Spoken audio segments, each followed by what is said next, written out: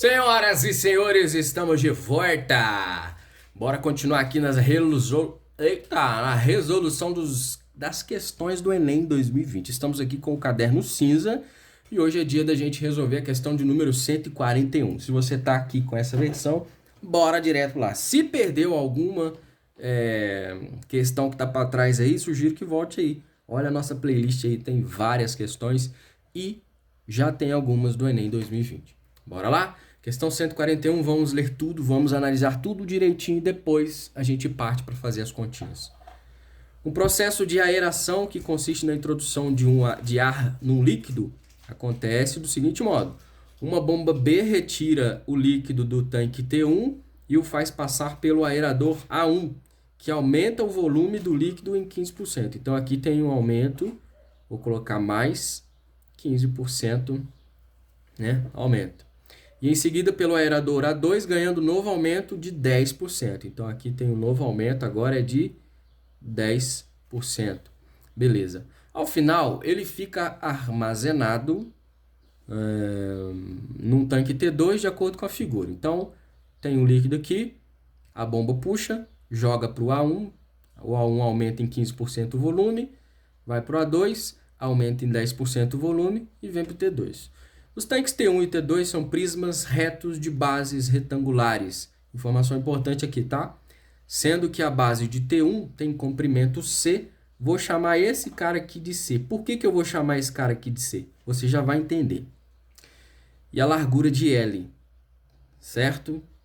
Eu vou chamar esse cara aqui de L.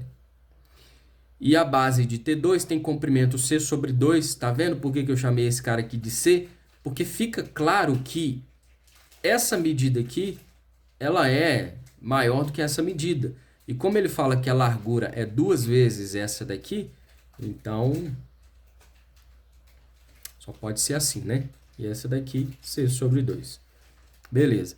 Para finalizar o processo de aeração sem derramamento do líquido em T2, o responsável deve saber que a relação entre a altura da coluna de líquido que já saiu de T1, denotada por X, e a altura da coluna de líquido que chegou a T2, denotada por Y. Ele deve saber dessa relação.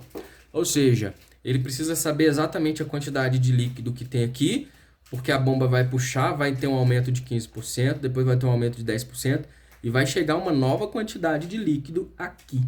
Dependendo de quanto de líquido que sair daqui, pode ser que transborde nesse tanque aqui, né? E, obviamente, eles não querem que isso aconteça. Então, vamos lá para a pergunta. A equação que relaciona as medidas das alturas y e x é dada por... Então, nós temos as alternativas aqui. Ok. Quando ele fala aqui, ó, altura da coluna de líquido, ele quer saber, ele fala da quantidade de líquido que tem aqui e da quantidade de líquido que vai ter aqui, certo? Então, é nisso aí que você precisa prestar atenção. Aqui nós temos altura, base e largura, volume.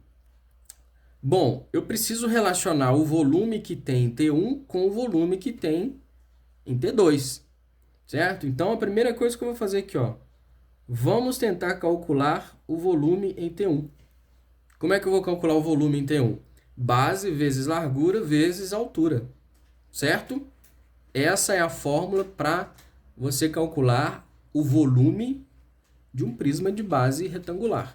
Base vezes largura vezes altura. Ou seja, é a área da base vezes a altura, né? É o comprimento vezes a largura vezes a altura, tá?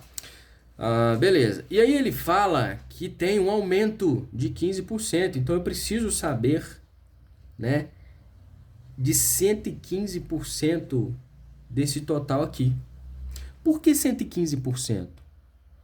Porque 115% é 15% além do produto que saiu daqui. Não é 15% só desse total. É 15% a mais. Então, como é 15% a mais, é 1 inteiro mais 15%. Ou seja, 115%. Aqui é o mesmo raciocínio. 110%. Por que 110%? Porque é tudo isso aqui, todo esse volume que sai daqui, que é aumentado em 15%, e aí desse total tem um aumento de 10%. Então é 1 inteiro mais 10%, 110%. Isso vai ser igual a y vezes 2L vezes C sobre 2. Ok?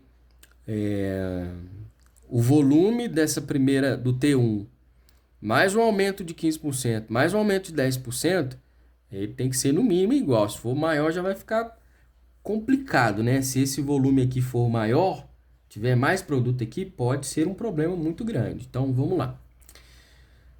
Vamos continuar aqui, então. Ó. X vezes L vezes C, 115% é 115 sobre 100, né? E 110% é 110 sobre 100. Ok? E do outro lado, y vezes 2L vezes C sobre 2. Bom, já vamos começar a fazer algumas coisas aqui, uns cortes, que eu vou mostrar para vocês que é possível de fazer. Ó, eu posso cortar esse 2 com esse 2, porque 2 dividido por 2 dá 1. E como eu só tenho multiplicação aqui, ó, então eu posso colocar esse 2 aqui de baixo aqui e vai tranquilo. Esse C eu posso cortar com esse C porque ele está multiplicando do lado de cá. Se eu fosse trocar ele de lado da igualdade, ele passaria dividindo. E C dividido por C também dá 1. Posso cortar esse L aqui com esse L. Mesma forma de raciocínio. O L está multiplicando, passo ele para o outro lado dividindo. L dividido por L dá 1. Então, posso cortar os dois. Então, de um lado vai sobrar x vezes 115 sobre 100, 1,15. E 110 vezes 100, 1,10. Ou 1,1.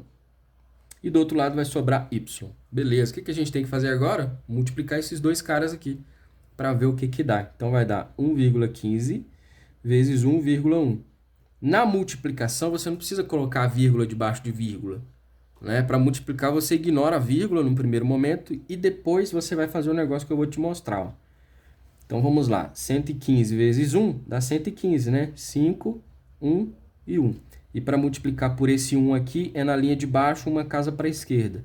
1 vezes 5 dá 5, 1 vezes 1 dá 1 e 1 vezes 1 dá 1. Bom, agora é só somar os dois resultados, vai dar 5, 1 mais 5 dá 6, 2 e 1.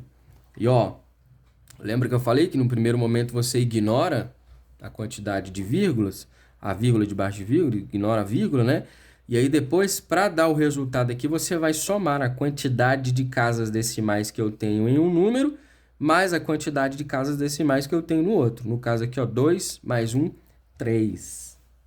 E com isso nós chegamos à incrível resposta y igual a 1,265x, ou seja, alternativa A. Isso quer dizer que o operador que está manuseando todo esse sistema aqui, ele tem que ficar atento e saber que, saindo um total de 100% aqui, vai chegar 126% do total que saiu ali, beleza? E para isso ele precisa saber quanto é que cabe aqui no T2. Obviamente, depende da quantidade de líquido que tem aqui, né, para saber a quantidade de líquido que vai chegar lá, tá? Mas a relação entre x e y é dada dessa forma aqui, ó, 1,265x alternativa A. Gostou do vídeo? Compartilha com todo mundo aí. Até a próxima, um abraço e tchau.